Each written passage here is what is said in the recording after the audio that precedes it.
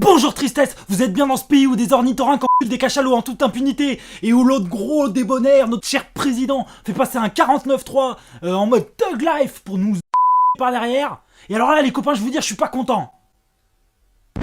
Ah désolé, j'ai craqué mon slip. Bah ouais, mais je teste des nouveaux concepts, j'essaie de faire le buzz quelque part. Et malgré tout ça, je voulais vous parler d'un sujet un petit peu sérieux. Parce que j'ai appris comme tout le monde sur les réseaux sociaux la mort de cette jeune femme de 19 ans, en direct sur Periscope, en direct live. Et ce qui est, on va dire, l'ironie du sort, c'est que il y a une semaine et demie à peu près, je vous ai fait une petite vidéo pour moquer les youtubeurs un peu qui étaient prêts à tout pour faire des vues et faire du buzz.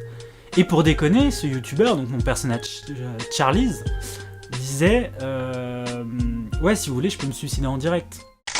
Fais tout ton possible pour que je sois connu, même si je n'ai rien à dire, parce que l'essentiel, c'est que tout le monde connaisse mon existence.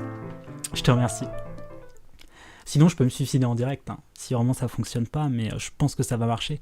Donc je compte sur toi, hein, coquinou. Je faisais ça pour déconner, hein. Je pensais que c'était de la fiction. Et bim, 2 semaines après, je lis un article sur internet, une jeune femme meurt en direct sur Periscope. Et là, je me dis, merde, la fiction vient déjà de dépasser la réalité. Et d'ailleurs, comme disait Stephen King, il disait, la fiction, c'est la part de vérité qui existe en chaque mensonge. Et je me suis dit, ouais, c'est pas faux.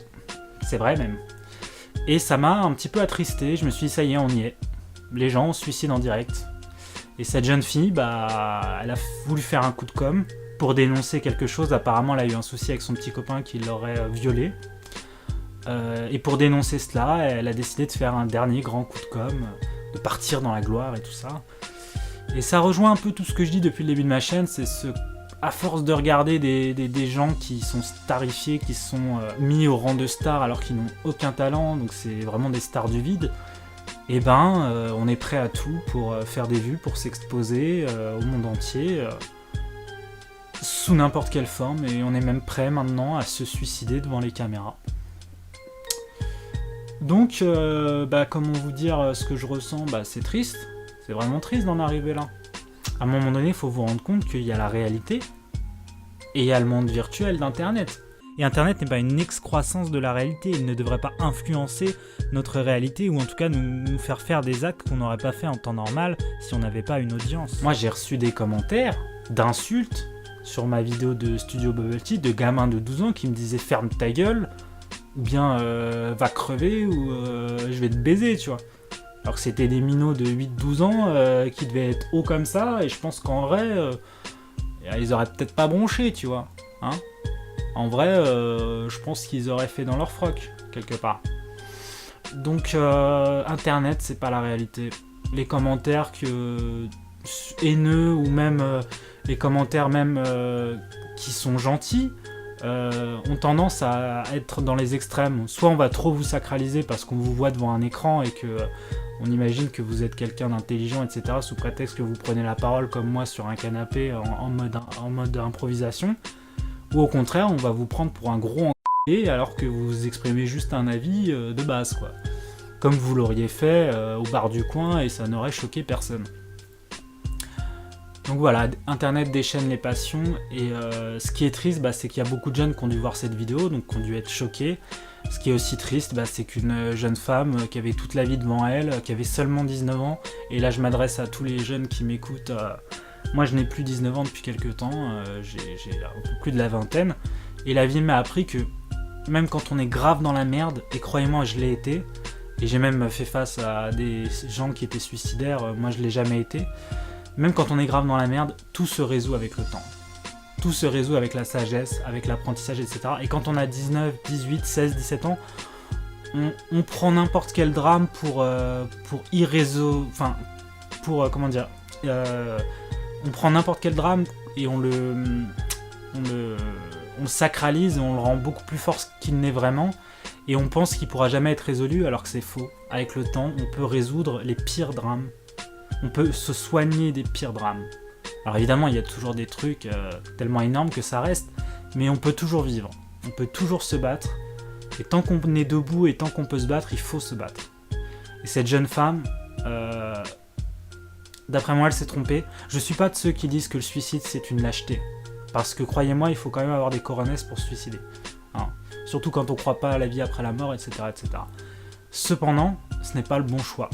Parce que c'est annihiler toutes les chances qu'on avait d'être heureux. Parce que malgré tout le malheur qu'on peut avoir à un moment T, et quand on a 16-17 ans, tout ça, on voit tout en immense, parce que finalement on a peu d'expérience, donc la moindre mauvaise expérience prend des proportions énormes, alors que finalement, quand on a 50-60 ans, on se rend compte que les sales coups ça arrive, les merdes ça arrive, les drames ça arrive, mais qu'on peut toujours se relever. On peut toujours se relever, il faut trouver la force en soi, il faut se faire confiance, et il ne faut jamais abandonner. Et surtout, faire ça en direct, se suicider en direct, c'est vachement triste, quoi. Mais ça montre encore une fois les dérives qu'on peut avoir sur internet, parce que aujourd'hui, n'importe quel pelé prend son portable ou son appareil photo, comme moi je suis en train de le faire, pour exprimer son avis, pour devenir une star. Il y a un mec dernièrement qui a fracassé un gars qui était bourré dans la rue pour faire des vues sur Periscope. Il y en a un autre qui s'amuse à fouetter des culs de gonzesses. Comment il s'appelle l'autre là? S'amuse à fouetter des culs de gonzesses de 16 ans. Déjà voilà. Et en plus, il y a sa meuf là, sa quai, comme il l'appelle, sa quai. Je sais pas, j'ai pas l'accent. Et elle est passée sur internet et du coup elle s'est fait frapper aussi sur Periscope par des gars, tu vois. Voilà l'escalade de la connerie et de la violence. Voilà où on en est les gens. Voilà l'effet qu'ont les caméras sur vous. Et votre objectif c'est de faire la meilleure prestation, de vous rabaisser le plus possible devant les caméras, juste pour avoir la gloire et je ne sais quoi. En plus une gloire qui sert à rien. Aujourd'hui on peut pas gagner sa vie via YouTube, hein. Faut pas rêver, hein. C'est terminé. Hein. Moi je compte pas gagner ma vie avec mes vidéos. Hein. Donc qu'est-ce que vous attendez à part une gloire éphémère qui ne sert strictement à rien? Les gens s'en battent les couilles, les gens se foutent de votre gueule. Hein. Ils vont pas, ça va rien changer à votre vie qu'il y ait 10 000 personnes qui vous regardent dans un écran, ça va rien changer à votre vie. Hein. Croyez pas que vous allez devenir le nouveau Bill Gates ou le nouveau, peut-être pas Bill Gates, mais le nouvel acteur à la mode parce que vous avez fouetté des culs sur internet. Hein. Vous allez juste devenir un trou de balle aux yeux du monde entier. Hein. Pareil quand vous frappez des gens dans la rue.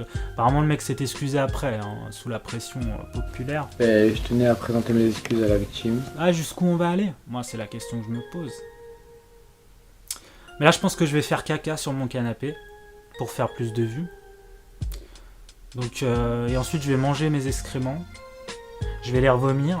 Je vais les remanger, je vais me les renfoncer dans le cul. Et là peut-être que je ferai le buzz quelque part. Parce qu'apparemment c'est ce que vous voulez. Hein. Donc voilà. Je vous remercie de m'avoir écouté. Désolé, je suis un peu cash. Hein. Vous commencez à me connaître. Des fois, je parle un peu avec le cœur. Faites attention à ce que vous regardez parce que y a beaucoup de merde. Et restez dans le monde réel. Quand vous avez des soucis, les jeunes, parlez à vos proches. Ils sont là pour ça, vos amis. Ils sont là pour ça. On a tous des sales moments et on a besoin de parler. C'est à ce moment-là qu'il faut parler à ses amis, il ne faut pas s'exposer sur internet parce que là c'est le repère des pires chacals.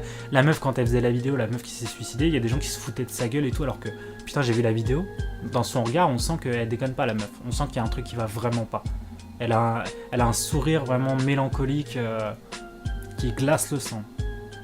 Et quand on sait qu'après elle se flingue, voilà, donc il y a quand même 2-3 personnes intelligentes qui se sont inquiétées, qui ont dit ouais tu veux pas aller voir ta famille ou qu'on appelle les pompiers ou je sais pas quoi. Mais il y a une majorité de trous du cul qui envoyaient des cœurs sur Periscope et qui disaient ouais c'est une chamane, ouais elle est trop mystique pour moi, ouais c'est une bolos, ouais elle va faire un tour de magie, je sais pas quoi. Ah non, c'est juste buté en direct, donc c'est cool. Voilà, je vous laisse là-dessus. Hein. Ciao ciao, faites attention à ce que vous regardez.